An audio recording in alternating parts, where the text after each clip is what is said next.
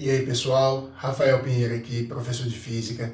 Eu vou fazer com vocês agora uma prova do CFSD para o Corpo de Bombeiros Militar de Minas Gerais. Foi a prova para o CFSD 2020, também elaborada pela Fundep, organizado pela Fundep, e o edital semelhante ao edital do CFO que vocês vão fazer, tá bom? Acho então que vai agregar um pouco, pelo menos na perspectiva de como são as provas. Vocês vão perceber que essa prova do CFSD foi um pouco mais fácil.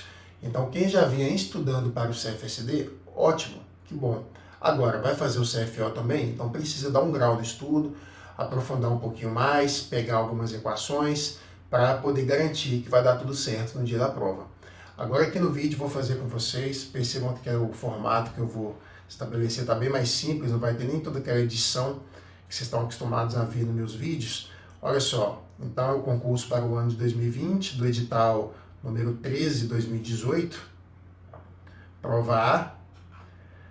Aqui a prova de Física vai começar lá na questão 40 e alguma coisinha, 46.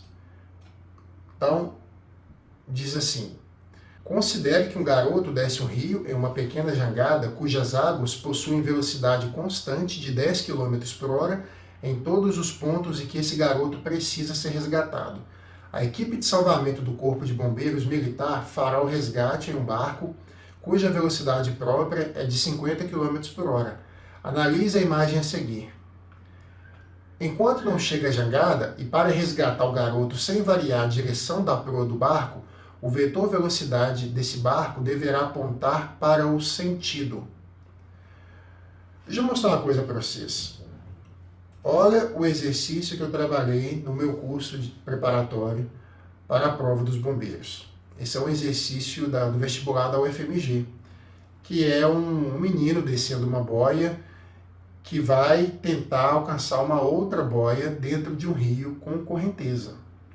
A correnteza tem velocidade constante em todos os pontos do rio, e em qual direção esse menino deveria nadar para poder alcançar a boia vazia. É o mesmo problema, pessoal. Tá? Fica aí, então essa dica, né? Tomara que eu acerte aí as questões do CFO também no meu curso preparatório. Agora vamos lá, deixa eu trazer aqui para vocês a situação exemplo. Olha, desconsidera um pouco a parte artística, eu quero que vocês imaginem um ônibus com velocidade constante nessa direção e sentido, e você está em pé dentro desse ônibus e quer ir de encontro a um passageiro. Poderia estar sentado ou em pé, tanto faz. Para onde você deve caminhar? Você vai caminhar nessa direção ou em direção ao passageiro? Claro, pessoal, que você deve caminhar em direção ao passageiro. Por quê? Porque está todo mundo dentro do mesmo ônibus, se movendo juntamente com o ônibus, com a mesma velocidade do ônibus. A ideia se aplica também ao problema da correnteza, só mudou a situação. Aqui no caso do garoto com a boia, ele deve nadar na direção K se ele tiver que encontrar com a boia vazia. Ah, Rafael, mas a correnteza não vai fazer a boia vazia mudar de posição, e se ele nadar na direção K ele não vai ficar para trás, não? Claro que não, gente, a correnteza também move ele. Está todo mundo dentro do mesmo rio. É a mesma coisa de você andar dentro do ônibus. Está todo mundo dentro do mesmo ônibus. Se a gente então agora ir lá para o nosso problema, a gente deve entender que esse barco deve estar direcionado aqui na direção 1 para poder encontrar a jangada. E o tempo? O tempo gasto para atingir a jangada será maior ou menor aí de acordo com a correnteza? Não vai fazer a menor diferença, porque a única coisa que a correnteza provoca neles é um movimento relativo aqui em relação ao referencial externo, né? Se você estivesse no helicóptero vendo essa cena aqui de cima, você ia ver a correnteza deslocando todo mundo na mesma direção e sentido. Agora, o tempo que o barco vai levar para chegar até a jangada depende só de uma coisa, depende da velocidade do barco, tá? Então, pessoal, a direção é a direção 1 e o tempo gasto para atingir a jangada será o mesmo com ou sem correnteza. Espero ter esclarecido essa situação para vocês. É uma questão muito legal, mas que muita gente pode ter se confundido na hora. Vamos para a próxima, essa foi a 46, letra A. A próxima é a 47. O Sol é a maior fonte de energia para a Terra e, juntamente com sua luz, recebe-se outras ondas, como o infravermelho e o ultravioleta. Português aqui ficou meio esquisito, né?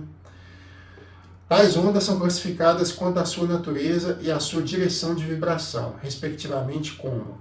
gente, a luz, o infravermelho e o ultravioleta são radiações. Todas as radiações são ondas eletromagnéticas e transversais.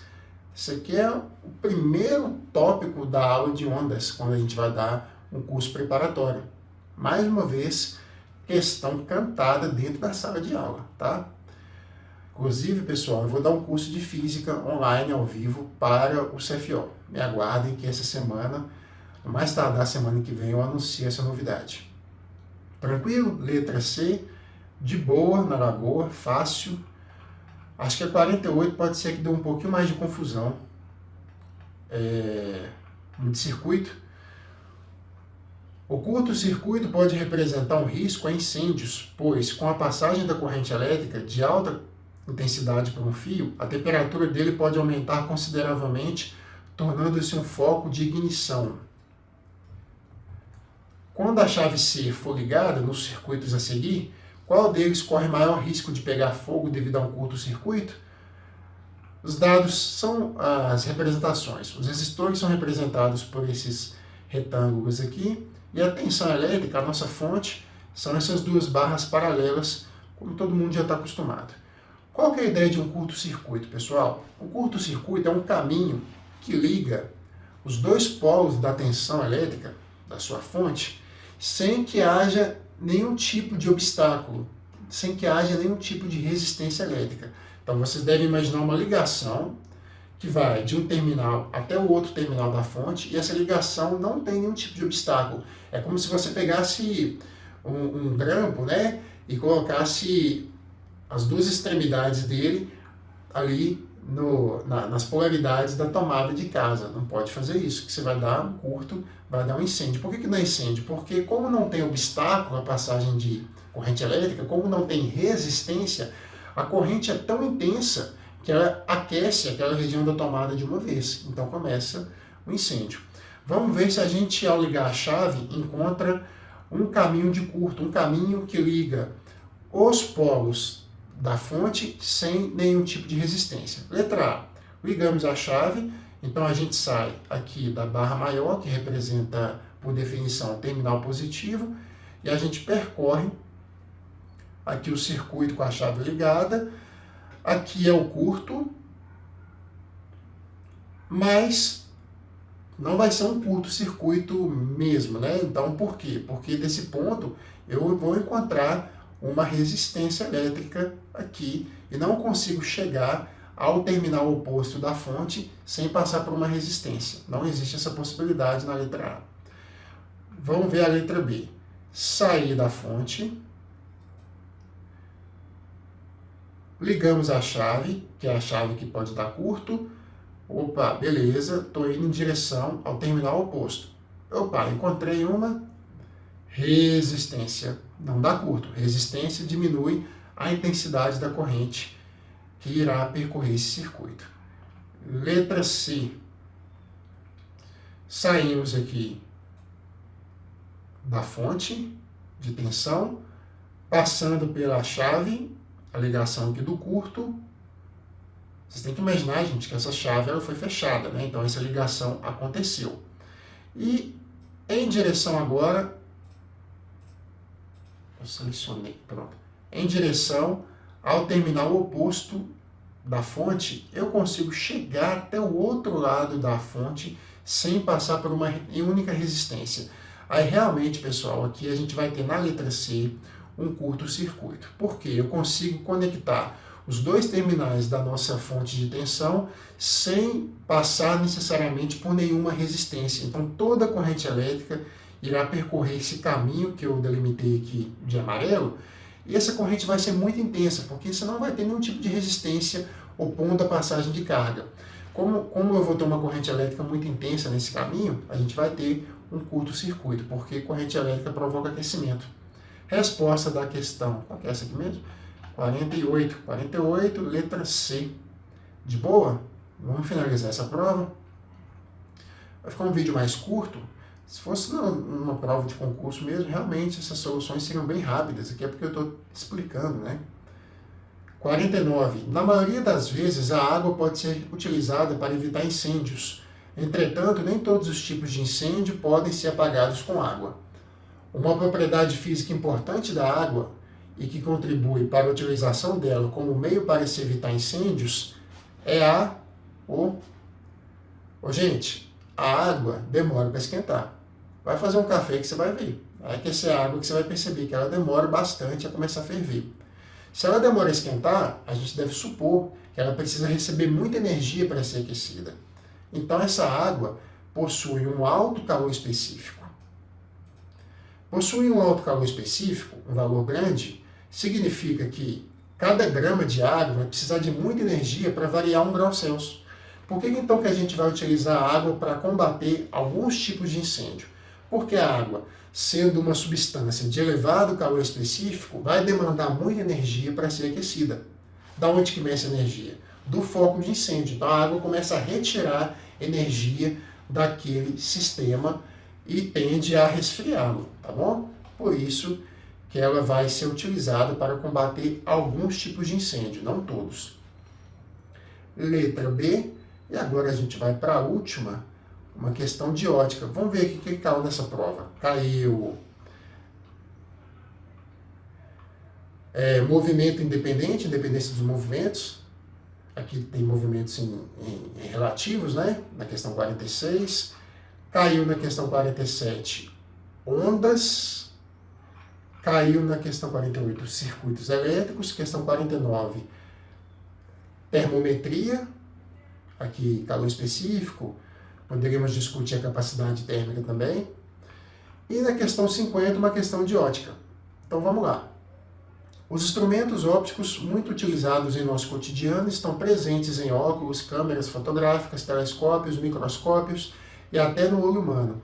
Alguns componentes ópticos devem ser utilizados com cautela, pois quando estão em ambiente que recebem radiação solar, podem apresentar risco de incêndio, como quando próximo à vegetação seca.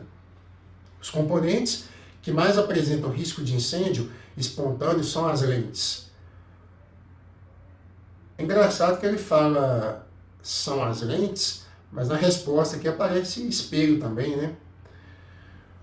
Gente, o que é o risco do incêndio aqui citado? Algum instrumento óptico que consegue concentrar os raios solares em algum ponto. Quais instrumentos fazem isso? As lentes convergentes. As lentes convergentes são também chamadas de lentes de borda fina. Então, as lentes de borda fina, como a lupa, por exemplo, podem concentrar os raios solares num ponto em específico, aquele ponto focal, né? Por causa disso, a gente pode causar um incêndio com esse instrumento óptico. Então, aqui, a letra A e a letra B citam o mesmo tipo de lente, tá? As lentes de borda fina são lentes convergentes.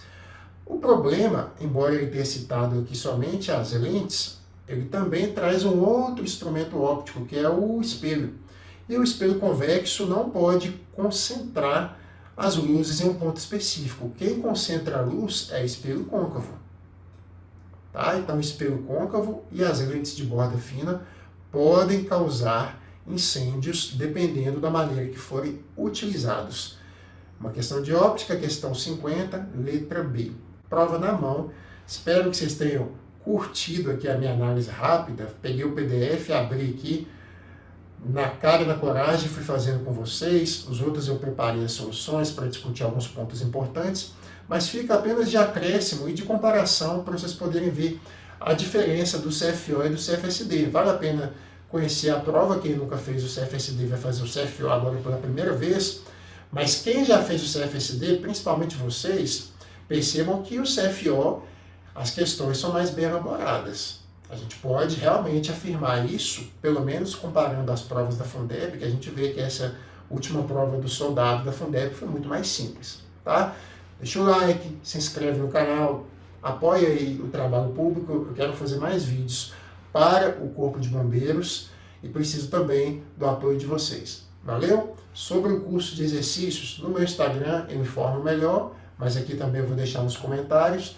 E semana que vem eu já estou com essa novidade. Um abraço, a gente se vê nos próximos vídeos.